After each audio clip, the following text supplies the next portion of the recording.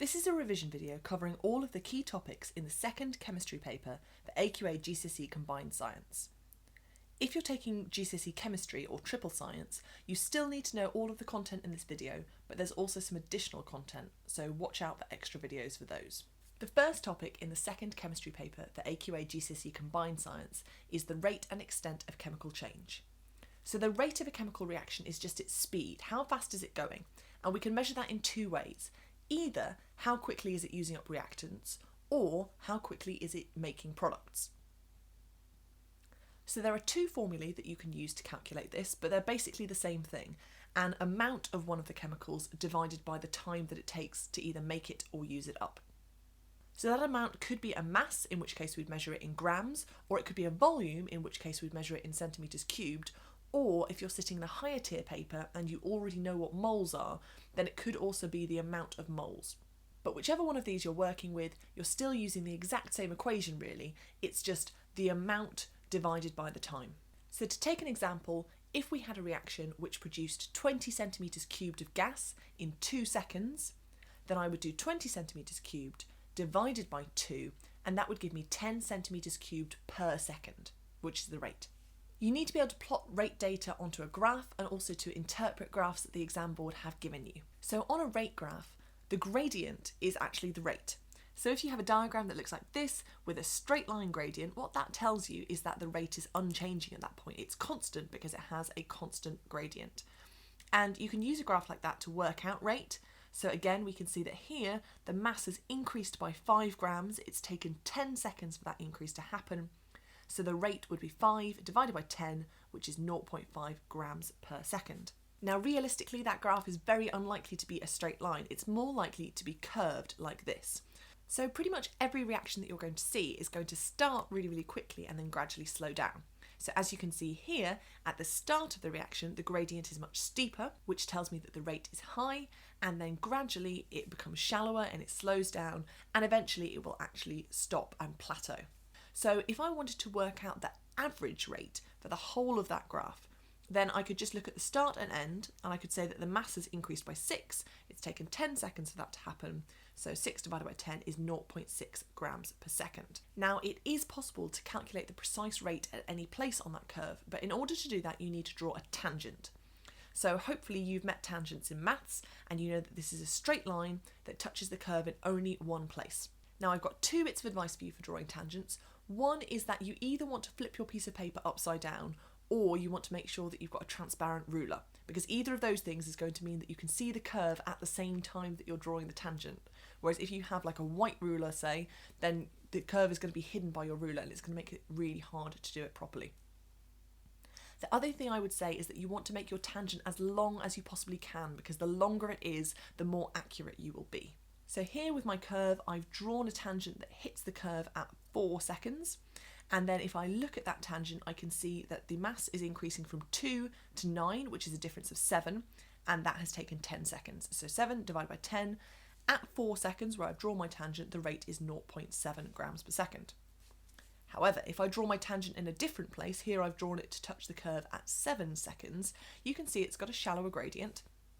So not entirely accurately, because I've done this on squared paper, not graph paper, but you can see that the overall mass has increased by about 2, from about 4.5 to about 6.5, and it's taken 10 seconds to do that, so the rate at 7 seconds is going to be 0.2 grams per second. So now we've talked about how to calculate a rate, we need to think about why it might change, and there are 5 different things that you can do to a reaction to increase or decrease the rate. And they are change the pressure, the concentration, the surface area, the temperature, and adding a catalyst. Now, in order to explain why any of those things affect the rate, we need to know about something called collision theory. Collision theory says that chemical reactions will only happen when the reacting particles collide with each other, and they have to collide together with sufficient energy. And we call that amount of energy the activation energy. Now, each of the 5 ways we've just mentioned of changing the rate of reaction links to either collisions or energy, or sometimes both. So, for instance, if we take pressure, you can increase pressure in 2 ways. One is by physically adding more particles into a space. So if you imagine blowing up a balloon or a bike tyre, you are increasing the pressure by putting more air in there. Or we can make the space smaller and have the same number of particles, because the pressure is actually caused by those gas particles bouncing off the walls of the container that they are in. Now, if you just look at my particles here, if we're in a smaller box, or if we've got more particles in the same box, it's much more likely that the particles will collide. So we would say that increasing the pressure will increase the rate of reaction because the particles collide more frequently. And frequently is such an important word, because the important thing is not just that they collide more, but that they collide more in the same amount of time. Concentration is very similar to pressure. It's just that now we're talking about a solution instead of talking about gas particles. But it's exactly the same idea. We've got more particles in the same space, so they're more likely to collide with each other, they collide more frequently, and therefore we have a higher rate of reaction. Now, for surface area, people sometimes get a bit confused. So the thing you need to know is that as we cut something into smaller and smaller pieces, we increase the surface area. Now that can be a little bit tricky to get your head around, because you're thinking, well, it's a smaller piece, surely it has a smaller surface area. But when we say increase surface area, what we really mean is increase the surface area to volume ratio. Essentially, if you imagine that this green block is going to react with some acid that it's sitting in, if I cut it into smaller pieces, then before the acid could only react with the outside, but now it can react with the inside as well. And even though each one of those pieces is smaller than the original piece, when we put the four of them together, they still have the same volume, but the area around the outside has actually doubled. So if you cut a piece of metal or maybe a marble chip into smaller pieces, or if you grind it into powder, you're increasing the surface area, and that again is going to increase the frequency of the collisions. Now, temperature is going to increase the frequency of collisions, and it's going to give the particles more energy. So if you heat up some particles, they have more energy, more thermal energy, and they transfer that to kinetic energy. They literally move faster. So if you imagine just kind of walking down a corridor versus you running down the corridor, if you were running, you'd be much more likely to collide with the other people.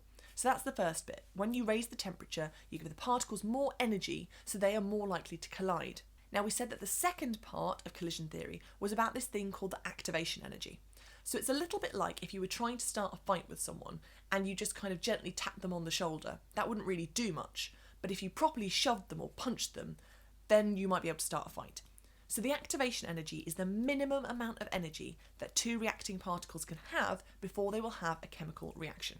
So you probably won't have seen a diagram like this before, because we usually don't do them until A level, but I find it really helpful for getting my head around this. The particles have different amounts of energy, and anything that is to the right of the line labelled EA, that's energy of activation, has enough energy to react, and anything to the left doesn't have enough energy. So we've got some particles can react and some of them can't. Now, if I heat that up, everything gets slightly more energy. So suddenly the higher energies, they have more particles, and the lower energies, they have less particles. And you can see that now we have more particles overall to the right of that line. So more of our particles have got the activation energy. So if the question said, how does increasing temperature affect rate of reaction?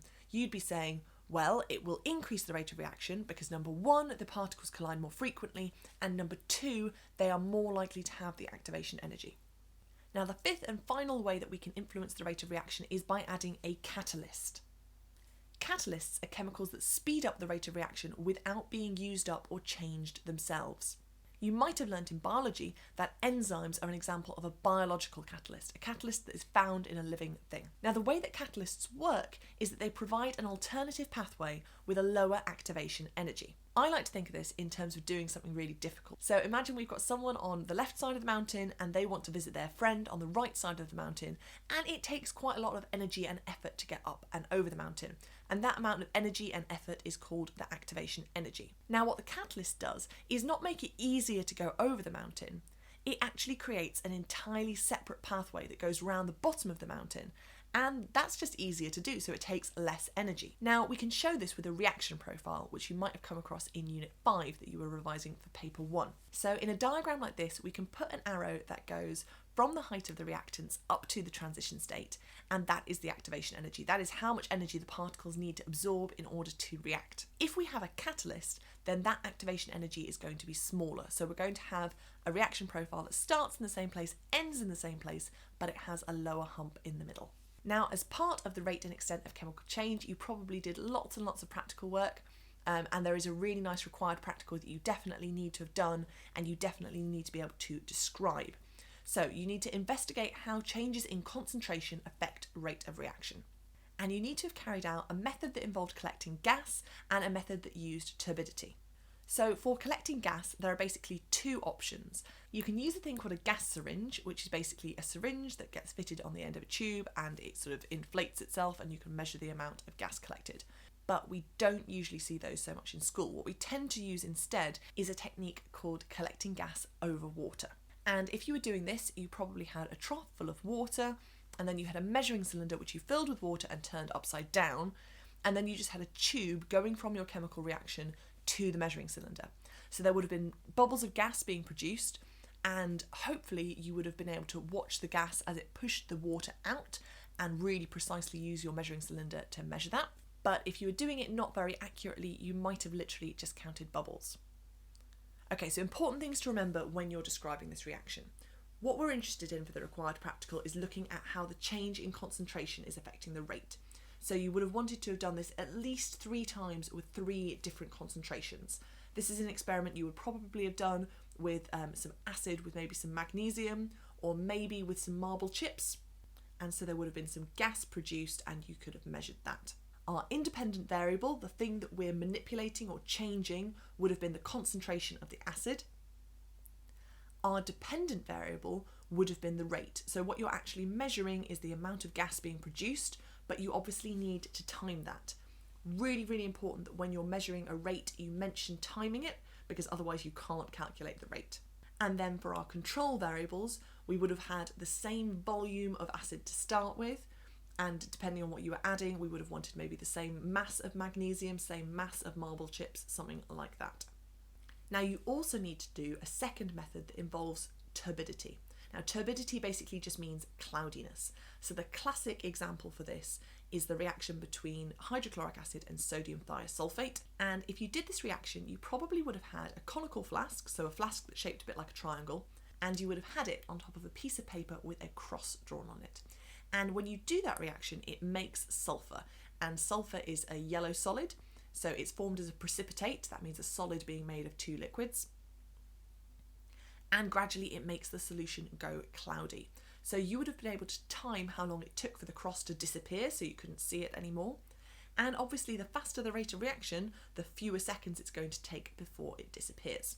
So this question lends itself really nicely to questions about where the sources of error are. So obviously if you're just looking at something and saying, well, has that cross disappeared? Well, different people have different eyesight. It's just kind of hard for you to judge. You're making quite a subjective decision there. So we could improve this experiment by using sort of automatic computerized methods, maybe having a light sensor and saying, well, when a certain amount of light is no longer getting through, then we'll say that the reaction has finished instead. As part of this unit, you also need to know about reversible reactions. So a reversible reaction is one where the products of the original reaction can react again to make the original reactants.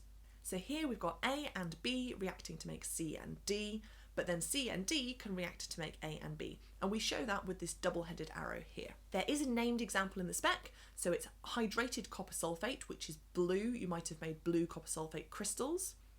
And then if you heat that up, it's an endothermic reaction. It takes in that heat, and we get left with anhydrous copper sulfate, which is white, and water.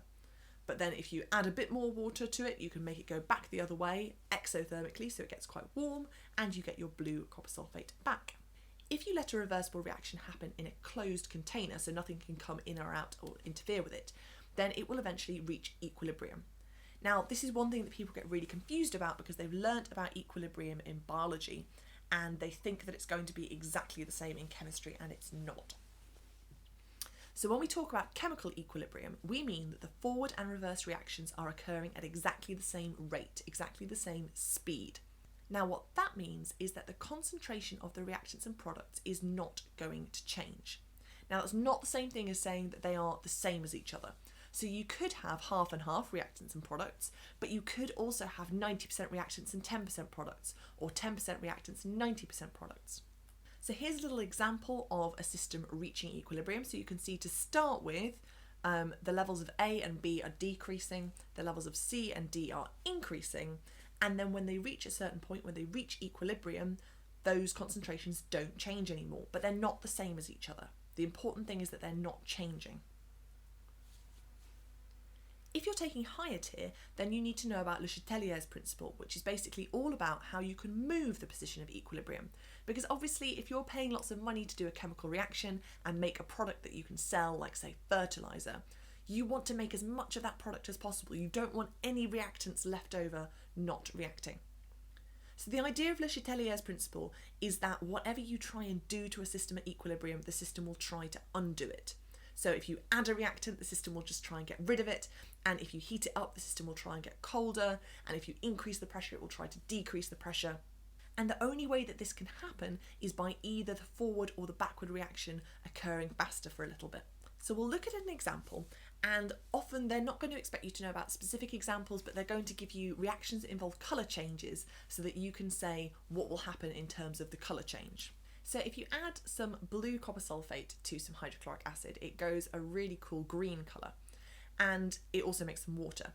And it's also possible to go back the other way and make copper sulfate and more hydrochloric acid. So let's say that I add some more hydrochloric acid. Whatever I try to do, the system will try to undo it. So I've added hydrochloric acid, and that means it wants to take away hydrochloric acid. Well, the only way it can do that is by reacting it. So when I add more hydrochloric acid, I will make more of the green copper compound and the water. Now we need to be a little bit careful with our vocabulary and how we phrase this. So what we want to say is that the forward reaction is favoured. That means it's happening faster than the backward reaction. This means that the equilibrium shifts to the right. That just means that we're going to have more of the things on the right hand side of the equation and less of the things on the left. And then we actually answer the question and say that there will be more of the green copper compound formed. Pressure is a little bit trickier, particularly if you're not super confident about what causes pressure. So wherever you have particles and they're a gas and they're banging on the walls of the container, that creates pressure. So if I've got twice as many molecules, then my pressure is going to be twice as high if they're in the same size box. So if I increase the pressure, the system wants to decrease the pressure, and it's going to do that by moving towards whichever side has the fewest molecules. So here's a new example of a reversible reaction. We've got sulfur dioxide with oxygen to make sulfur trioxide. So if I decrease the pressure, the system will want to increase the pressure, because remember, whatever I do, it's trying to undo it. So we need to look at the equation, and we can see that we've got 2 molecules of sulfur dioxide and 1 of oxygen, so that's 3 on the left, and just 2 molecules of sulfur trioxide on the right. So the right hand side is lower pressure and the left hand side is higher pressure. So if I decrease the pressure, we want to move to the higher pressure side. So again, we're going to be really careful with how we phrase this. The backward reaction is favoured, that means it happens faster. And then we need to tell them that we know that because there are more molecules on the left.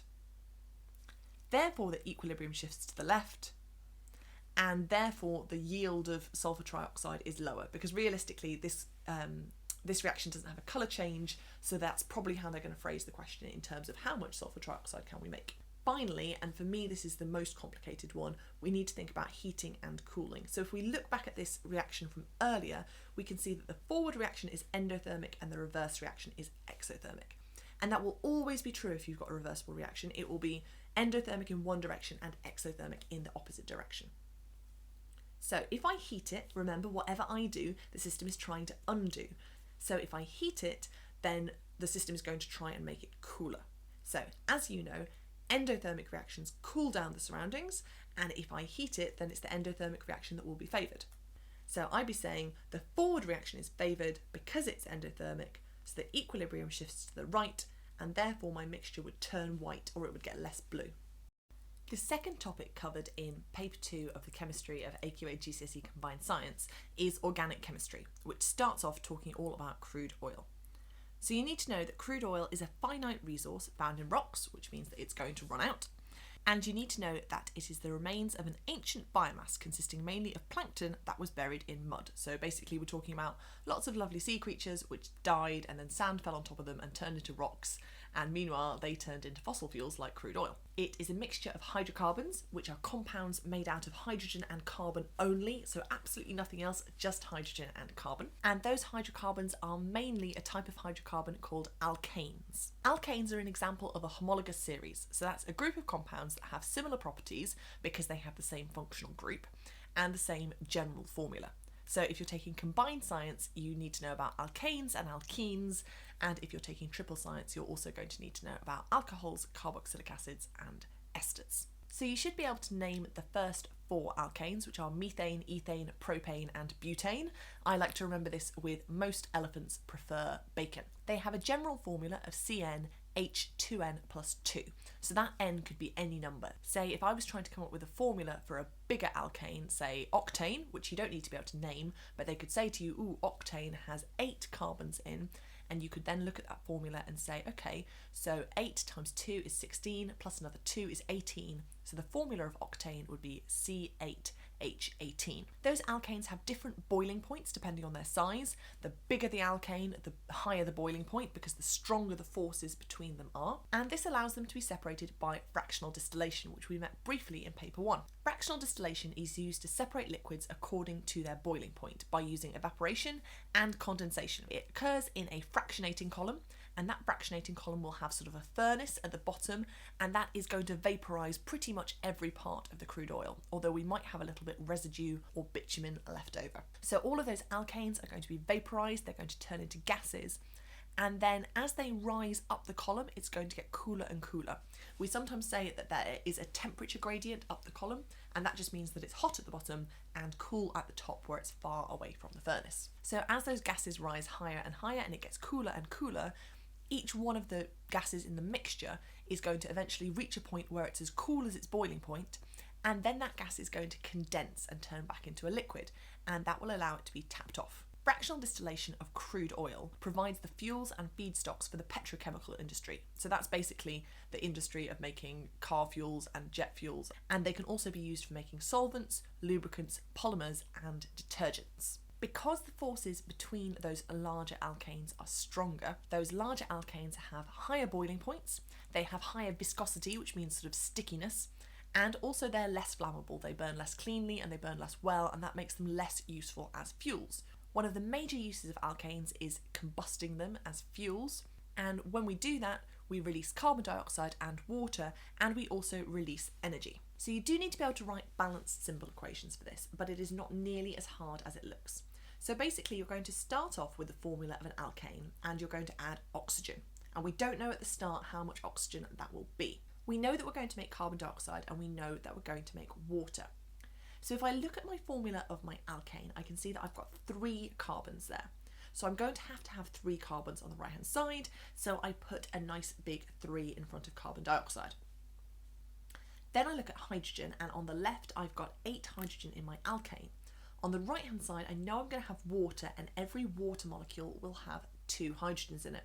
So I'm going to put half of the number of water molecules compared to the total number of hydrogen I've got on the left, because the water molecule has 2 hydrogens in it, so 4 times 2 makes 8, and we're all happy. Finally, I'm literally just going to count up the number of oxygen molecules I need. So if I've got 3 carbon dioxide molecules, I need 3 oxygen molecules. And if I've got 4 water molecules, each of which have only got 1 oxygen atom in, that's another 2 oxygen in total, which brings me to 5 oxygen molecules. Now that method will work beautifully if you have an alkane which has an odd number of carbons in it.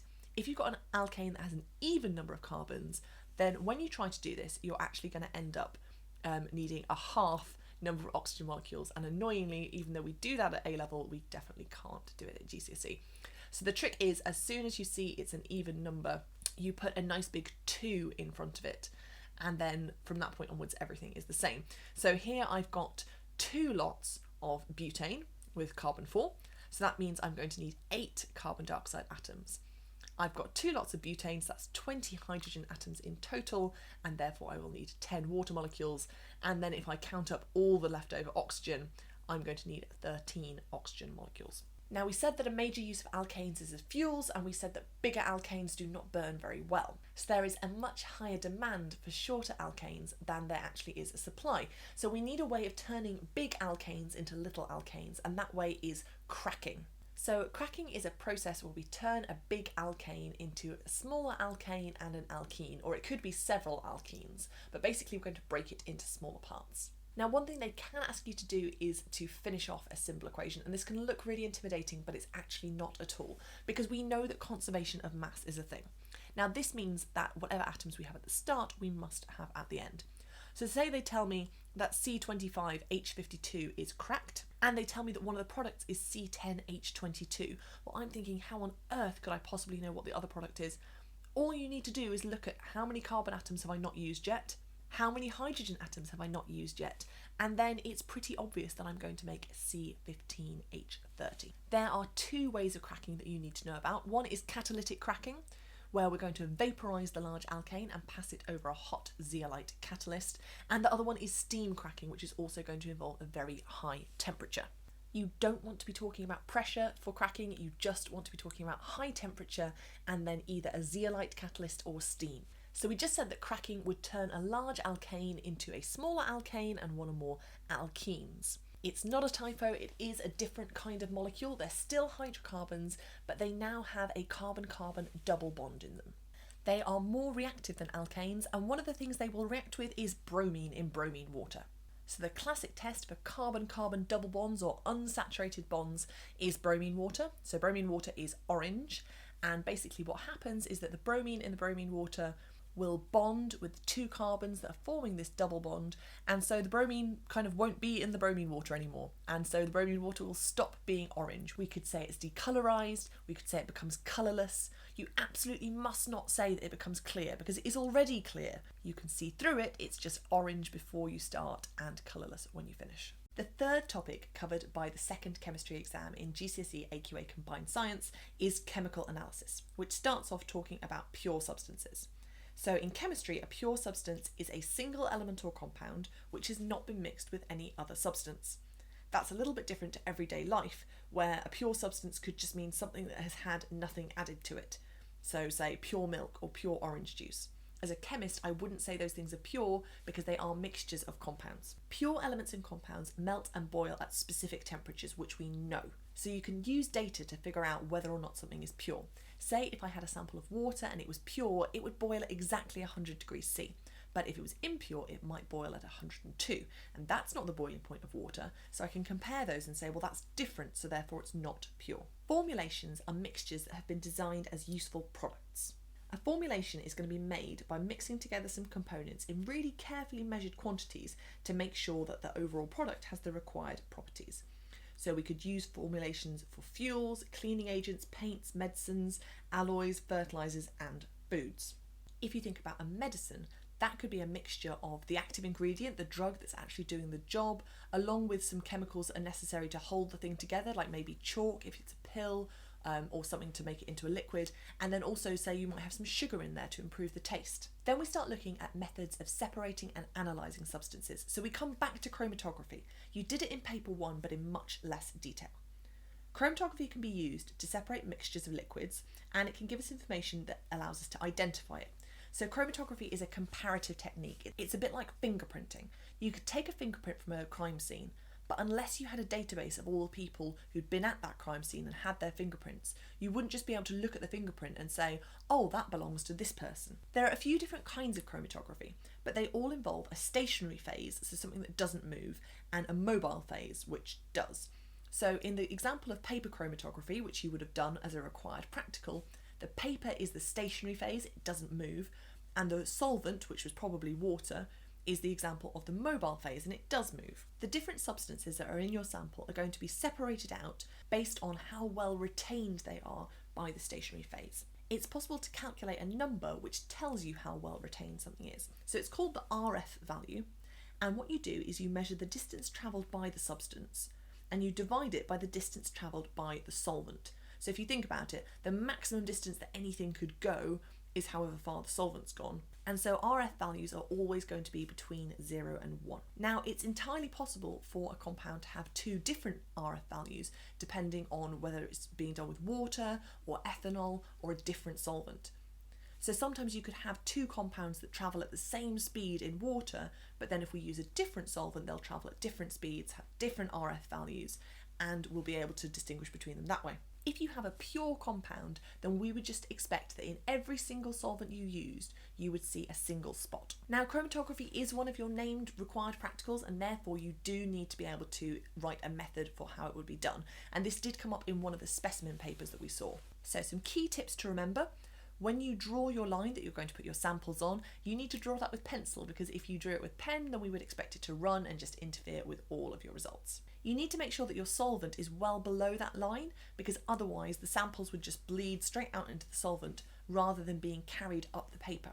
You might want to talk about using a lid to prevent the solvent from evaporating. As we said, chromatography is a comparative method. So if you're trying to actually say, well, what are the dyes in this ink, for instance, then you need some other things to compare it to, and we call those standards. So you can see in my picture here, we've got A, B, C, D and E, and if we looked at my sample, we could say, well, we've definitely got C in there because there's a dot at the same height, and we've got some A in there because there's a dot at the same height, but we haven't got B or D or E.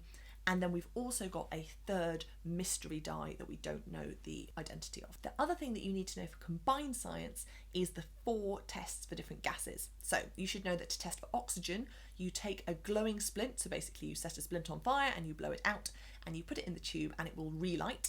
Then there's the hydrogen test. If you light hydrogen, it will burn rapidly with a squeaky pop. For the chlorine test, you take some damp litmus paper and it will bleach it, it will turn it white. And finally, you have your carbon dioxide test. So you take your gas and you bubble it through lime water, which is calcium hydroxide. And if it is carbon dioxide, then it will form a white precipitate and the lime water will go cloudy or milky or white.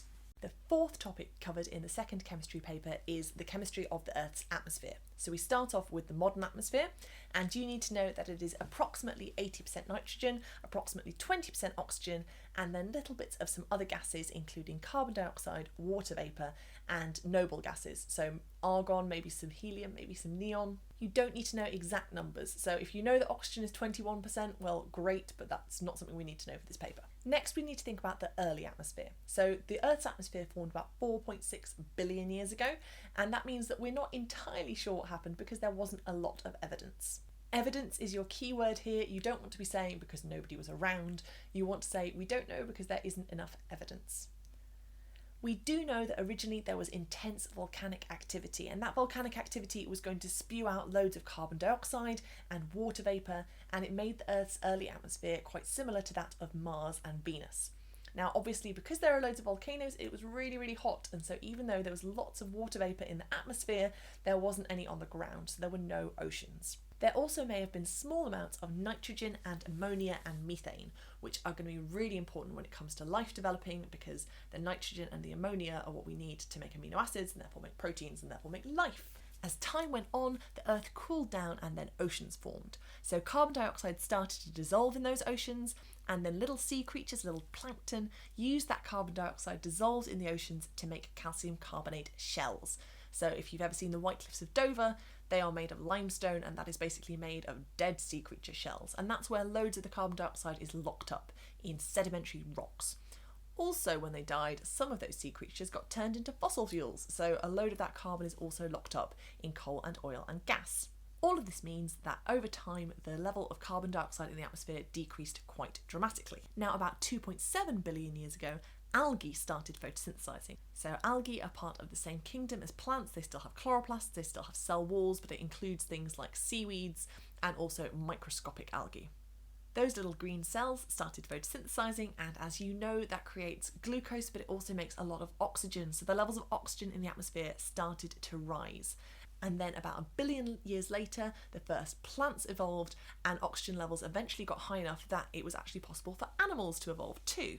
Next, we move on to greenhouse gases, and I'm just going to start off by saying this has nothing to do with the ozone layer. So often we see people writing about the ozone layer, and you literally don't even mention it in GCSE chemistry, so just put it right out of your mind now. Now, you probably know that greenhouse gases have got something to do with global warming and climate change, but we need a little bit of detail here.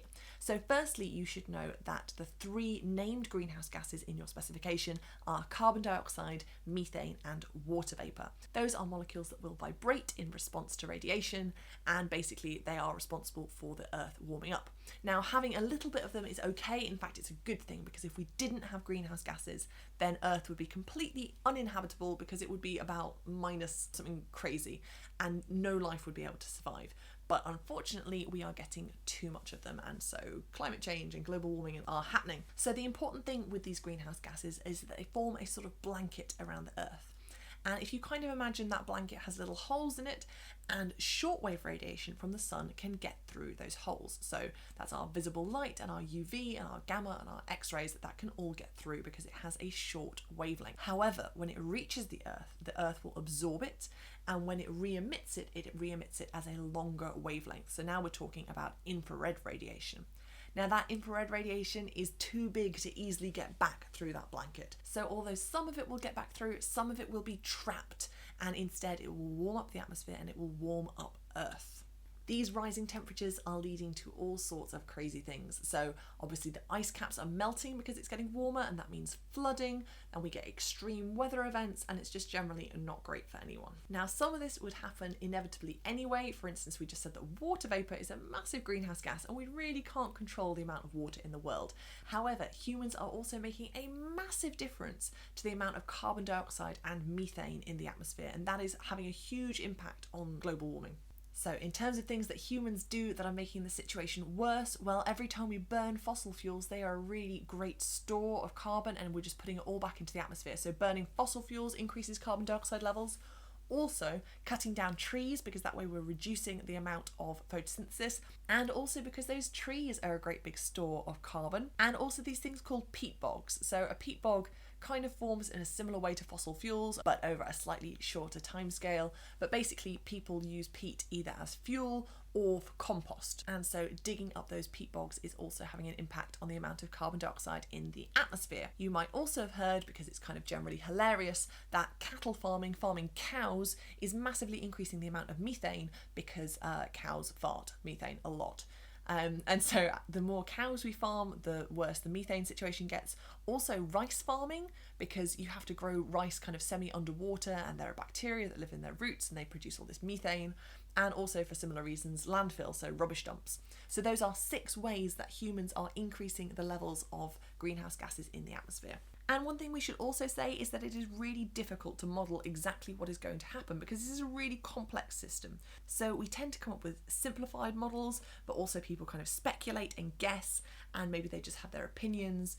And it can be problematic because sometimes media coverage is really biased and they only tell part of the story, and so we really need to look for evidence wherever we can. You should know that the carbon footprint is the total amount of carbon dioxide and other greenhouse gases emitted over the full life cycle of a product, service or event. And you can reduce the carbon footprint by reducing emissions of carbon dioxide and methane. So that could be things like buying resources more locally, so that you're not releasing a whole load of carbon dioxide when you're transporting them in a car or in a plane. It could be using less energy and therefore needing to use less fuel when you're manufacturing something. It could be using less electricity when you're using something, all sorts of things like that. You also need to know, apart from global warming, about some of the other problems with using fuels. So there are various pollutants that are released when fuels are burned.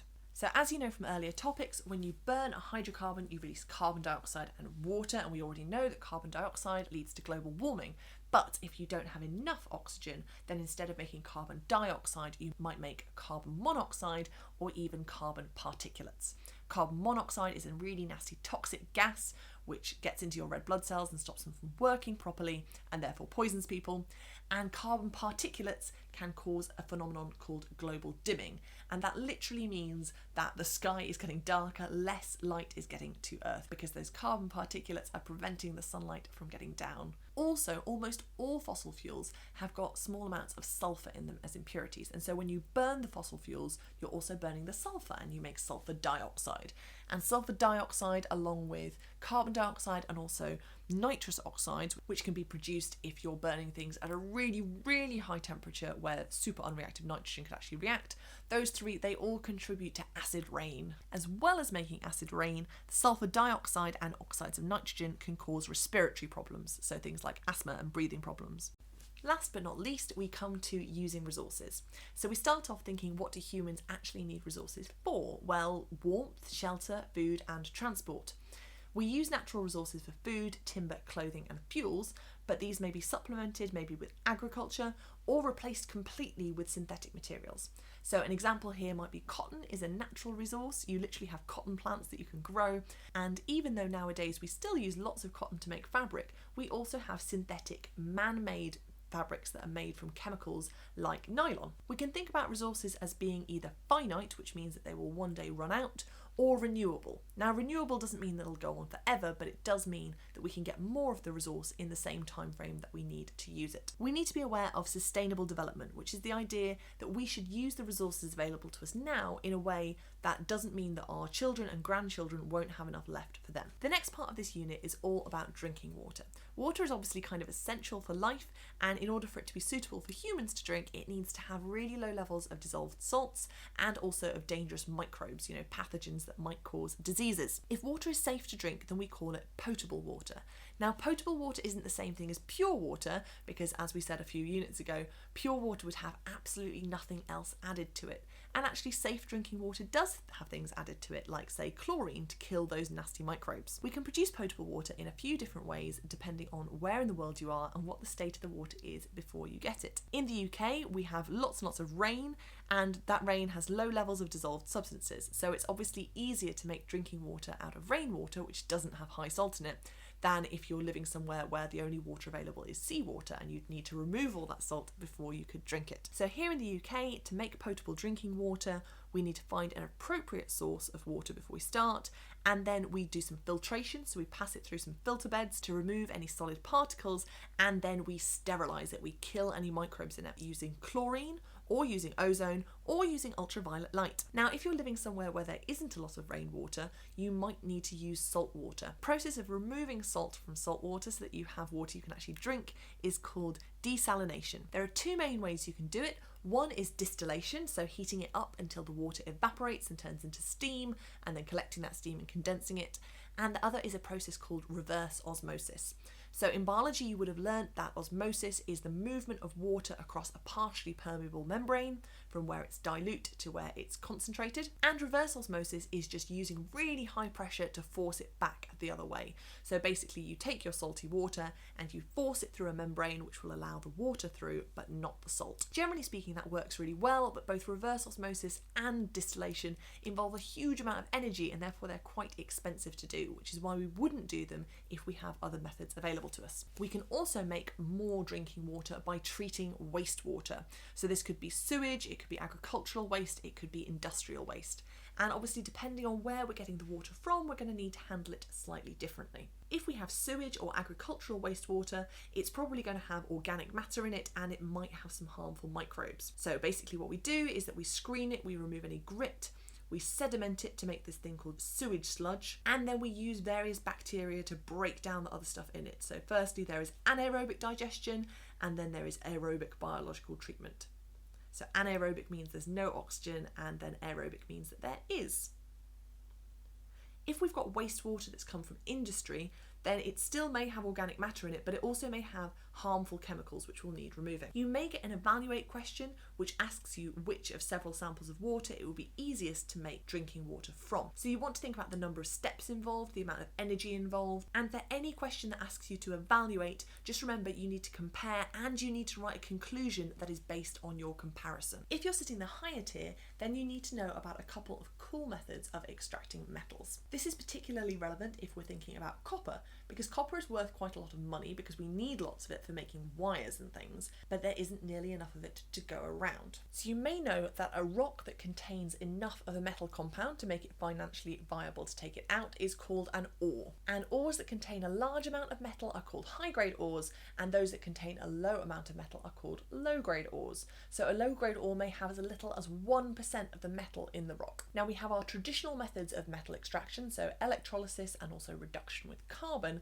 and they're great and fine, but if you've got a rock that only has about 1% copper in it, then that's a lot of effort to go to. So the two alternative methods you need to know about are phytomining and bioleaching.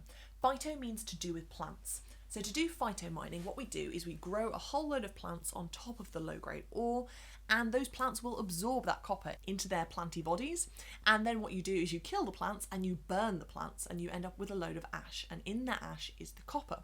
But the copper is still in a compound, so after you've burnt your plants and got your coppery ash, you're then still going to need to do either electrolysis or displacement with scrap iron to get the copper back out again. It's good because it's really cheap to do, but it is very slow because you have to wait for the plants to grow. Bioleaching is a similar idea, only instead of using plants, we use bacteria. And again, it has very low energy costs because the bacteria are doing all the hard work for you, but it is also really slow. Because these low-grade ores contain so little copper, you're going to need a lot of ore. And so sometimes that can mean digging up tons and tons of rock, and it could also mean transporting tons and tons of rock. So we could have transport costs and also the implications in terms of the amount of fuel of those lorries and things. Life cycle assessment is something that we can do to assess the environmental impact of a product. It takes into account the use of water, resources, energy sources, and also the production of any waste. And we can split a life cycle assessment up into looking at the extraction and the processing of the raw materials, the manufacture and the packaging, the use and the operation during its lifetime, distributing it, and also disposing of it when it's no longer useful. Now, some of this is really easy to do numerically and objectively. So for instance, we might know exactly how much water it takes to manufacture a product, or we might know in joules the exact amount of energy that it takes to manufacture a product. But some parts of a life cycle assessment are harder to do objectively. It can be much harder to work out how much of a pollutant is produced. For instance, if I'm writing a life cycle assessment for a computer, the amount of carbon dioxide it's responsible for releasing comes down to how much electricity it uses. And I've got no way of knowing how much the person who buys the computer is actually going to use it. How many hours a day is it going to be on for? So even though life cycle assessments should be really, really objective and give us good information about the impact of making a certain product, actually they can have some grey areas and it can be not objective. And in a worst case scenario, a selective or abbreviated life cycle assessment could be made up to evaluate a product and make it look better and make it reach a predetermined conclusion. So for instance, if the people who are wanting to make a product do the life cycle assessment themselves, they might say, oh, this is fine, this is great, we definitely should make this. The very last thing in the chemistry papers for Combined Science is about reducing, reusing and recycling resources. So obviously there is a limit to the amount of resources in the world. We are running out of just about everything. So if we can reduce our use of things, then that's going to improve matters. So this might be thinking about in a supermarket using less plastic packaging, for instance. You need to have an idea about how materials like glass and metal are recycled. So for glass, we crush it, we melt it, we reform it. For metal, we don't need to do that crushing. We just get on and melt it and then recast it into new shapes. It could be relatively easy to recycle something if we don't need the final product to be particularly pure. But if we need a really, really pure end product, then it can be much, much harder to do this.